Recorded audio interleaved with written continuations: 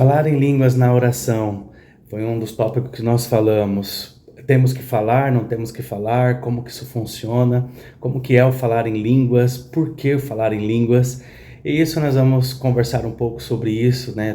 Temos passado isso para a igreja e temos aprendido bastante, né, a importância do falar em línguas. Mas antes eu gostaria de ler aqui um texto com vocês, que está em 1 Coríntios 14, do 2 ao 4, que vai falar um pouco sobre isso, exatamente sobre o dons de línguas e o dom de profecia, né? Porque Paulo ele dá uma ênfase no dom de profecia. E eu gostaria que vocês acompanhassem aqui comigo a leitura. Porque o que fala em língua estranha não fala aos homens, senão a Deus. Porque ninguém o entende, e em espírito fala de mistérios. Mas o que profetiza fala aos homens para edificação, exortação e consolação. O que fala em língua estranha edifica-se a si mesmo, mas o que profetiza edifica a igreja. Então Paulo aqui ele dá uma ênfase maior sobre o profetizar, sobre o falar, né, para a igreja, de uma forma que a igreja entenda o que está sendo falado, o que está sendo ministrado ou pregado. Então, quando nós usamos muito línguas estranhas, né, e tudo, enrolamos a língua, né, temos cada um tem a sua maneira ali de se expressar, de falar, de se comunicar, achamos que estamos trazendo algo para a igreja, trazendo algo para o nosso irmão, trazendo algo, alguma consolidação para ele, e na verdade não. Paulo ele deixa bem claro essa separação, né? Se você fala em línguas estranhas, você não está falando com a igreja, com o corpo de Cristo, você está falando diretamente com Deus, em mistério com Deus, né? E se você quer falar com a igreja, né, que o foco ali de Paulo era que a igreja fosse edificada, você fale na linguagem, na língua que os irmãos possam compreender. Então, assim, toda vez que formos direcionar a igreja, né, não há a razão de falar em línguas estranhas, há a razão de profetizar, declarar palavras que eles entendam, com que eles concordem, para que eles recebam a palavra de Deus, né? Então, essa é uma ênfase que Paulo dá, né, quando vamos nos comunicar com a igreja e entregar uma mensagem de Deus à igreja. Porém, os dois dons são importantes, por isso são dons do Espírito. Se são dons do Espírito, são importantes os dois. Então, nós entendemos que o profetizar é para compreensão e edificação da igreja, porém, o falar em línguas também é uma edificação importante para quem está em comunicação, né? Então nós vamos falar um pouquinho aqui sobre como que isso funciona, como que é essa dinâmica, né? Em Atos, né? Se nós formos ler ali Atos do 2, do 5 em diante, nós vamos ver que ali foi a descida do Espírito Santo como fogo, né? Um texto bem conhecido, e ali foi repartido ali línguas, né? E todos ali naquele momento, cidadãos de vários lugares do mundo, entendia-se aqueles varões valorosos falarem em línguas estranhas e cada um compreendendo na sua própria língua nativa. Então ali houve um derramar do poder de Deus, aonde a língua foi manifestada, né, para a compreensão daquela igreja que estava nascendo, daquela igreja que estava começando. E o interessante é que havia gente de vários lugares, países diferentes, mas eles ouviam a mensagem pelos judeus ali, daqueles homens ali que foram cheios do Espírito Santo, cada um em sua própria língua materna. E isso é bem legal porque o próprio Espírito Santo pode nos usar para ministrar a palavra até mesmo em outras línguas, se assim for da vontade do Senhor, né? Então isso aconteceu em Atos 2, do 5 ao 8, né? E há a compreensão da igreja ali, do povo que estava ali reunido, tá? Então, assim, quando você fala em línguas estranhas, você fala, não, mas não existe não entendimento, né?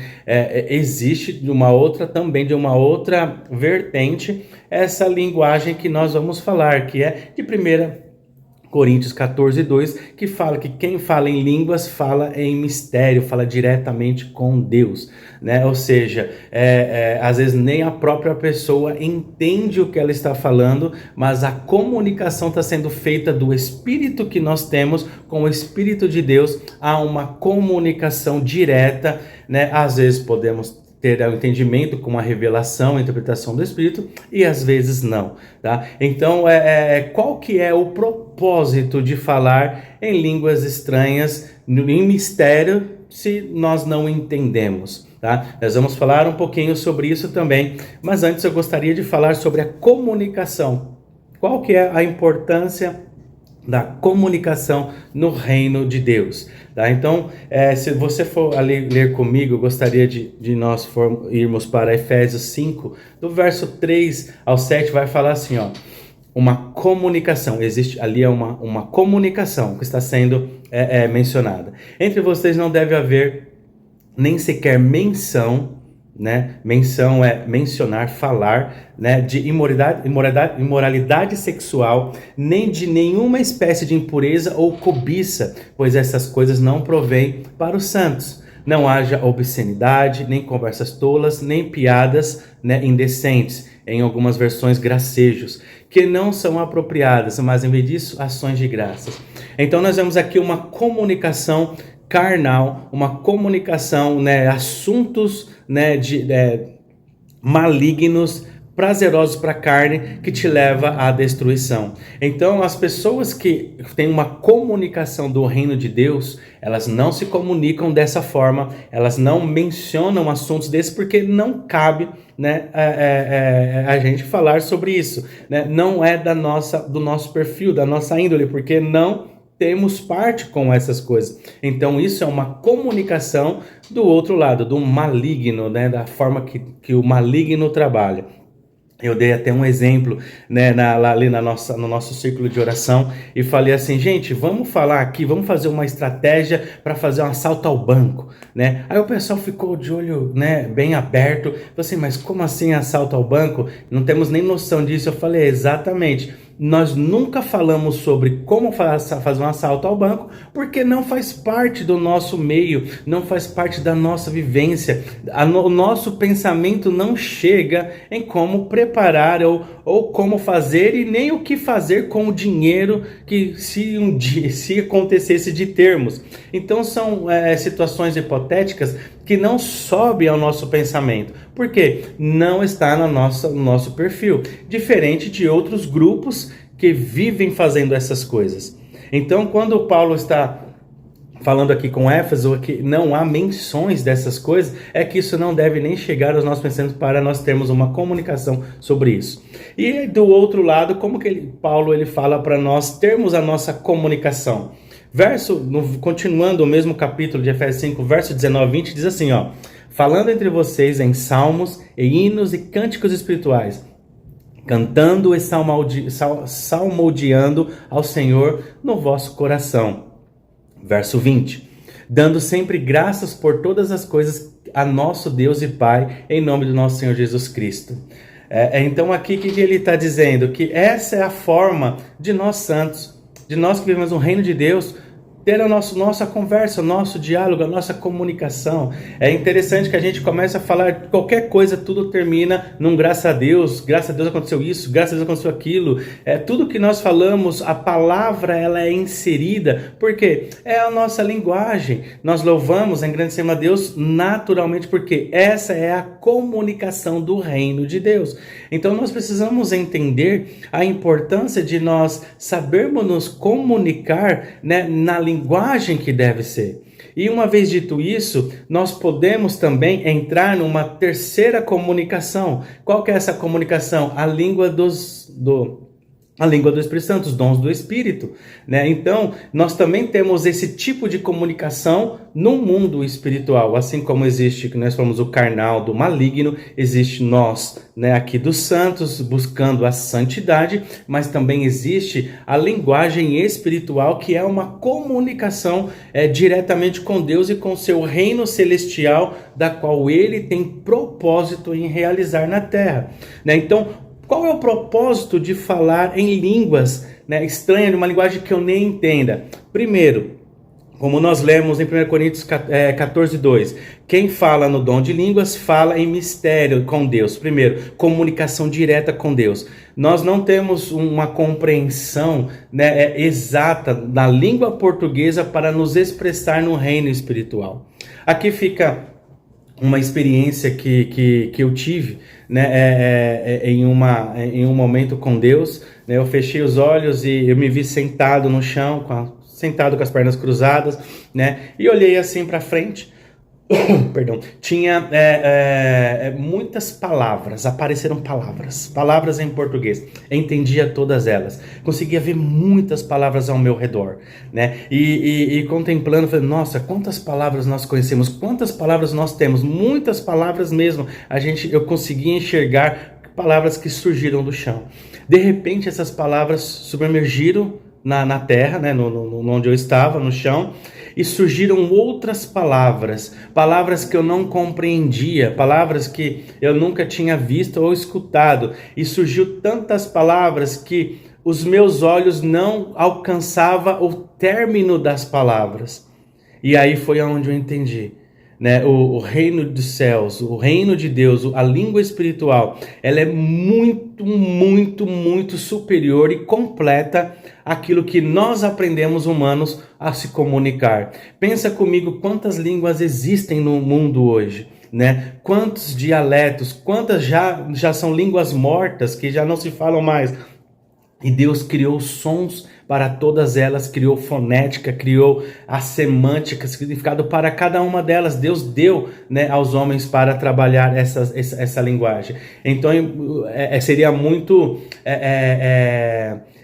pequeno da nossa parte nós pensarmos que apenas um idioma português, ou talvez um inglês ou uma outra língua, seríamos capazes de expressar e nos comunicar diretamente no reino espiritual. Então quando nós falamos em línguas, nós falamos uma linguagem da qual o próprio Deus, ele se comunica no reino celestial. A segunda função importante também está no capítulo 14, 4, que fala que nós nos edificamos a nós mesmos, ou seja, há um moldar do Espírito em nosso espírito, e ali nós começamos a ter uma comunhão com o Espírito de Deus. Então, falar em línguas nos traz uma comunhão para uma edificação própria, para minha edificação. Lembre que a edificação para a igreja, na interpretação para eles, mas em mistério, uma edificação minha, uma edificação dessa parte do corpo da qual pertenço, tá? Então é fundamental também principalmente pessoas que trabalham em ministério,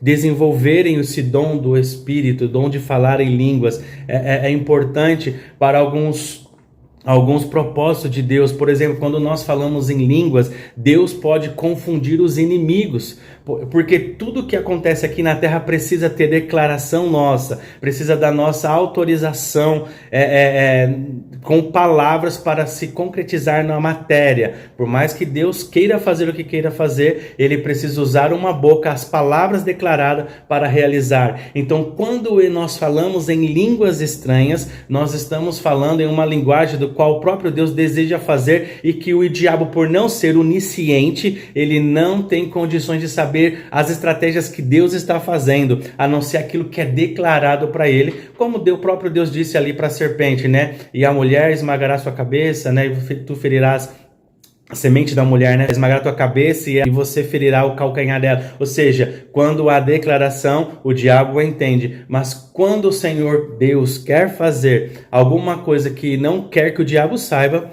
ele usa as línguas, porque o diabo também não é onisciente, não é conhecedor de todas as coisas. Então Deus é passivo de realizar aquilo que ele deseja. Ele pode fazer o que ele quiser. Então a linguagem estranha, das línguas estranhas, pode sim confundir os inimigos. O diabo, não sei o que vai acontecer, vamos ficar de olho, e ali as coisas começarem a acontecer sem ele poder fazer nada contra as nossas vidas. Então também é uma guerra, é uma arma de guerra para a batalha, falar em línguas. E outra coisa também, Salmos 145, 3, ali ele fala sobre, né, de nós falarmos das grandezas de Deus. É impossível nós falarmos da grandeza de Deus, da magnitude do Senhor, simplesmente só com o português. Então as línguas estranhas, quando nós começamos a falar, às vezes podemos cantar, às vezes podemos salmodiar línguas estranhas, declarando ali uma perfeição muito maior na comunicação com o reino dos céus. Então, orar em línguas estranhas, é tão importante quanto qualquer outro dom, né? Basta nós buscarmos, né? Precisamos buscar. A Bíblia fala, Paulo fala, buscai os melhores dons, né? Paulo fala para dar uma ênfase no profetizar, porque profetizar edifica a igreja toda, mas também os dons de línguas, né? Os dons de mistérios, de falar em mistério com Deus, é importante também para se edificar, tá bom? Então fica aí a sugestão, bora buscar os dons, né, do Espírito, também o dom de línguas, para que possamos realizar a vontade de Deus na terra como é no céu. Ficam com Deus, tchau, tchau.